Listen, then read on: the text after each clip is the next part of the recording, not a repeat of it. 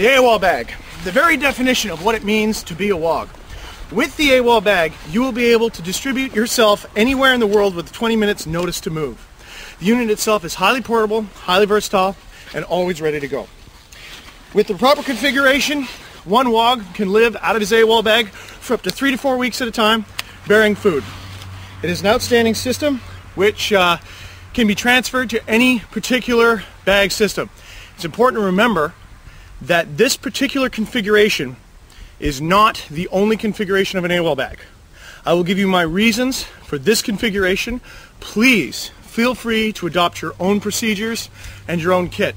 This is an expression as an individual, and you and your own strengths and talents will have your own individual needs.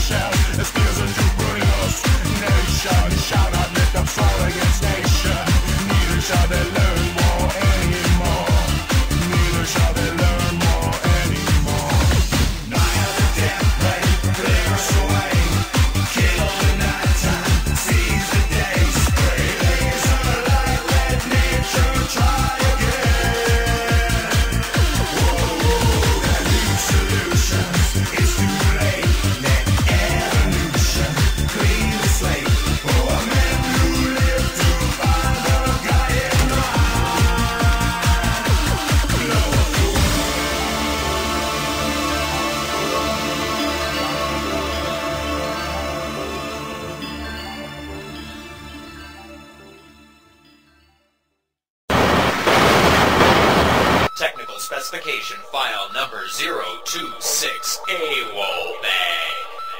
The AWOL bag is comprised of two separate units which combine together for the ease of transport. There's your mock bag and the AWOL bag itself. The mock bag will be covered in a different segment. This is the Mobile Operations Command Center. That's what MOC stands for. Up here, the AWOL bag. AWOL bag comes from the term absent without leave, AWOL. This is what you grab when you got to get out right now. Also called a bug out bag is another common term for it. In this segment, we'll be covering the uses and deployments of how to pack an AWOL bag. The AWOL bag itself is the key component part that holds everything together. The actual AWOL bag is a combination of just smaller packages. Just as a person is a combination of arms and legs and whatnot, an AWOL bag is component parts put together. The first component part you have to decide upon is what kind of bag you wish to use. Now, after a lot of deliberation, and I mean a lot of searching, I wound up choosing this particular bag. Now, this bag here was from the Royal Marines. It is a rucksack. I believe it's called a clamshell ruck. And this particular bag is the same bag that the SAS used while doing urban operations. If you want to try to find this bag at an Army surplus store, I picked up this bag from Dave's for 150 bucks. The strengths of this bag is that it is compressive. It's designed to be used in airports. You could walk around. No one really looks at you oddly because you've obviously just got this little civilian bag here. It's just a regular little satchel. No problems whatsoever. I'm quite sure I could breeze through any airport of my choice. However, once you deploy to your zone, you're able to then turn this bag into the AWOL bag itself. The bag has transforming capabilities in that this side here flips up and can be rolled up as such. The straps are then tied off on the bag as such. This is important that you want to keep all your backpack straps in, especially if you're doing international travel, because airport baggage conveyor belts eat backpacks as a major staple in their diet. As a matter of fact, they have to destroy over 3,000 backpacks every year in order to keep the airport open. So make sure your backpack is not one of them. This is how it comes stock. This is the issue way they come. If you were going to modify this bag, I would definitely recommend putting in buckles here so you could quick release. But other than that, the design of this is pretty solid as well. If you're so inclined, you could, muscle out this this waist strap they put on it here and give it some attachments here, like for PALS webbing or what have you. But it's a very, very, very good system. So you can either wear it as a backpack like this, and again, it's quite small here. I mean, just worn like this, you could use this as a day pack. You could use this as a patrol bag just as such, or what have you. It's a great bag for that. But for the AWOL bag, you're going to be carrying a lot of gear. Now, the name of the game is compression, because compression eliminates unwanted space and gets your package smaller. Okay, you've got to get everything nice and small.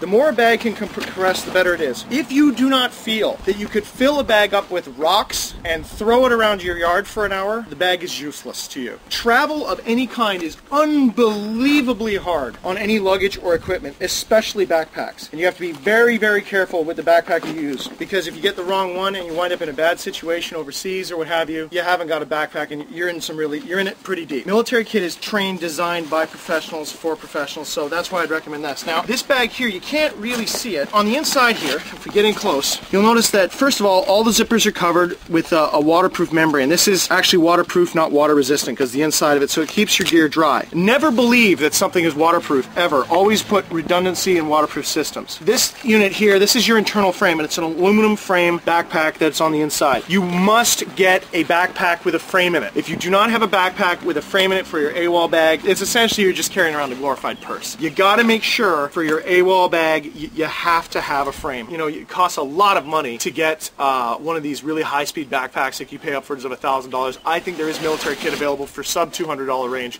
which will do exactly the same thing. Now inside of here you have the two side bags, and this again expands out. It's all modular. Technology now is moving towards, for the modern soldier, a modular system. If something is broken, you just replace that module.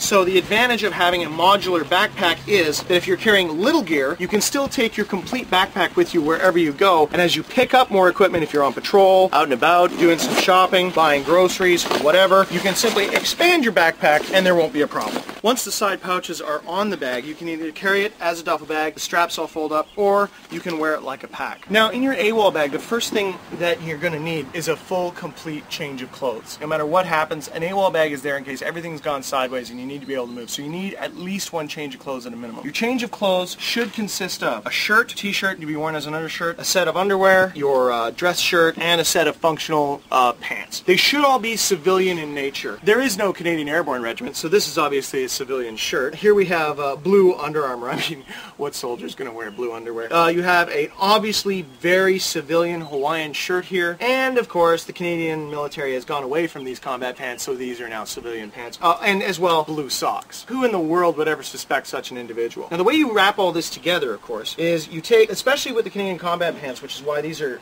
desirable, you take your boot bands, make sure they're all there, lay it all out, fold it so that we form a fairly straight line, tuck it all in, then take one leg, you fold it out to the side like this, and you fold this back down. Now you start from the bottom here, and you roll your way up. Keep it nice and tight the whole way. Try to keep this width the same the whole time you're doing it. Once here, you take the pant leg and you reach inside as such, and that goes over top, and this gets pulled down over the entire garment. Now, the reason for doing this is it decreases size, it's compression, and if this should get wet, you're only going to be getting the bottom pant leg wet before it soaks through all the other layers. So even if this was immersed underwater for a few moments, if you were to drag it back, it would dry out much more quickly when you put the clothing on. Once together, the drawstring in the bottom cinches up, and you have a complete change of clothes ready to go. You're going to be needing your survival gear. Survival gear should be kept in a container. This is your micro devices. These are things like fish hooks, sewing kit, that kind of thing. I'm using an ammo can for my survival kit because I'm planning to be out there for a while, so you have to make sure you have a container that's waterproof and airtight. We'll be covering the actual contents of the survival kit at a later date. Also in here, you got to get up every morning, so when you want to get up every morning, you got to keep your hygiene up. Hygiene in the field is unbelievably important. If you become dirty